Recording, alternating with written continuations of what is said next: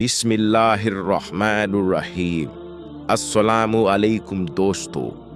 ये कहानी एक बेजुबान बद्दुआ यानी कि खामोश बद्दुआ की है। ये कहानी सुनने के बाद मैं यकीन के साथ कह सकता हूँ कि हम सब की आंखें नम हो जाएंगी। एक छोटे से शहर में जहाँ पर कोई एक दूसरे को जानता था, एक लड़का रहता था जिसका नाम आरिफ था।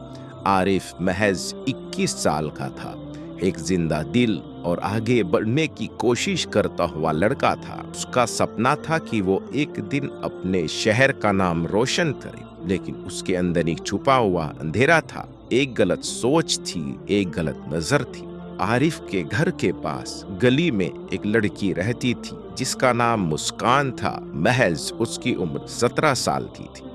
मुस्कान काफी सुंदर और समझदार लड़की थी, लेकिन उसकी आंखों में एक अलग सी चमक थी। उसकी खुशबू, उसका चेहरा, सब कुछ आरिफ को बहुत पसंद आता था। लेकिन आरिफ की सोच अच्छी नहीं थी। वो मुस्कान को बस एक तस्वीर के रूप में देख रहा था जो उसकी आंखों की प्यास को बुझाने वाली थी। एक दिन जब मुस्कान अपने घर के अंदर थी, आरिफ ने देखा कि वो अपने कमरे में किसी काम में व्यस्त थी।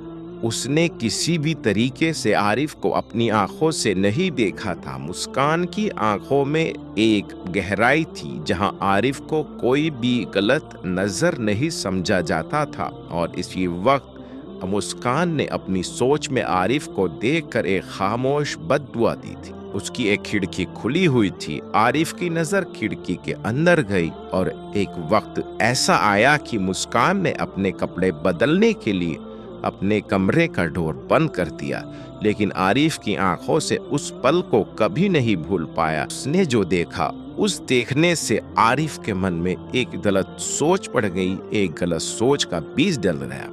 मुस्कान को ये सब पता नहीं चला, लेकिन वो लड़की जो अपनी सोच में सच्चाई और इज्जत को समझती थी, उसने किसी भी तरीके से आरिफ को अपनी आंखों से देखा नहीं। एक दिन मुस्कान फिर अपने किसी कमरे में अपने कपड़े बदल रही थी। उसकी एक खिड़की से थोड़ा सा हिस्सा खुला हुआ था और जैसे ही आरिफ की नजर मुस्कान पर पड़ती है और मुस्कान आरिफ को अचानक से देख लेती है, वो अचानक खिड़की बंद करती है और साथ ही साथ मुस्कान आरिफ को कुछ नहीं कहती है, लेकिन अपनी खामोश जुबान से, खामोश चेहरे से उसको एक बद्दुआ देती है।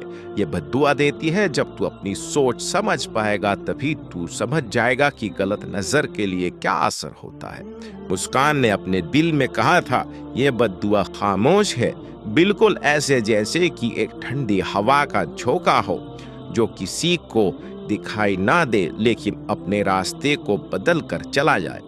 आरिफ ने इस बात को ज्यादा अहमियत नहीं दी। उसने सोचा था कि ये सिर्फ एक लड़की का नफरत है जो वो समझ नहीं रहा था। लेकिन वक्त के साथ आरिफ की जिंदगी का सफर उल्टा पड़ गया।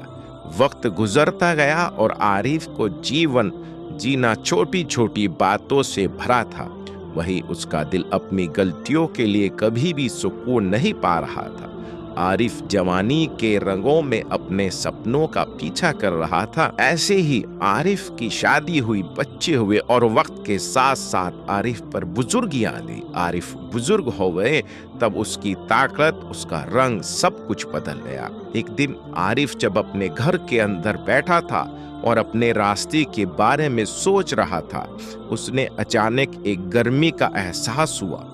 उसने देखा कि उसके जिस्म में एक अजीब सा सुकून और ठंडक थी। आरिफ की आंखों के सामने एक अंधेरा था, जैसे वो किसी और पुराने गलत फैसले का पिसा हुआ हो। तब मुस्कान की बात याद आई, जब तू अपनी सोच समझ पाएगा।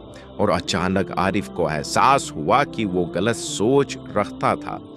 उसका असर सिर्फ अब उसके दिल और जिस्म पे नहीं, बल्कि उसके पूरी जिंदगी पर पड़ गया था। मुस्कान की खामोश बद्दुआ ने उसके ये सिखाया था कि हर गलत नजर, हर गलत सोच का एक वक्त आता है जब उसको ये महसूस होता है। एक दिन आरिफ पर बुजुर्गी इतनी आ गई कि उसको कमाने और खाने में तंगी आ गई। वो एक रिक्शा का काम करने लगा, रिक्शा पुलर हो गया, रिक्शा चलाने लगा। और जैसे ही वो रिक्शा में बच्चों को छोड़ा करता था और कुछ लड़कियों को, एक दिन वो कुछ लड़कियों को छोड़ रहा था जिसमें एक अकेली महज 17 साल की, 18 साल के आसपास की लड़की बैठी हुई थी। उसने बीच में रिक्शा रोकी, महज वो अपनी गलती को एहसास ही कर रहा था कि उस लड़की ने चिल्लाना शुरू कर दिया। चिल्लाते हुए देर आसपास के लोग इकट्ठा हुए और उस बुजुर्ग को मारा, उसका मुंह काला किया, यहाँ तक कि उसको जेल हो गई और जेल में बंद हो गया।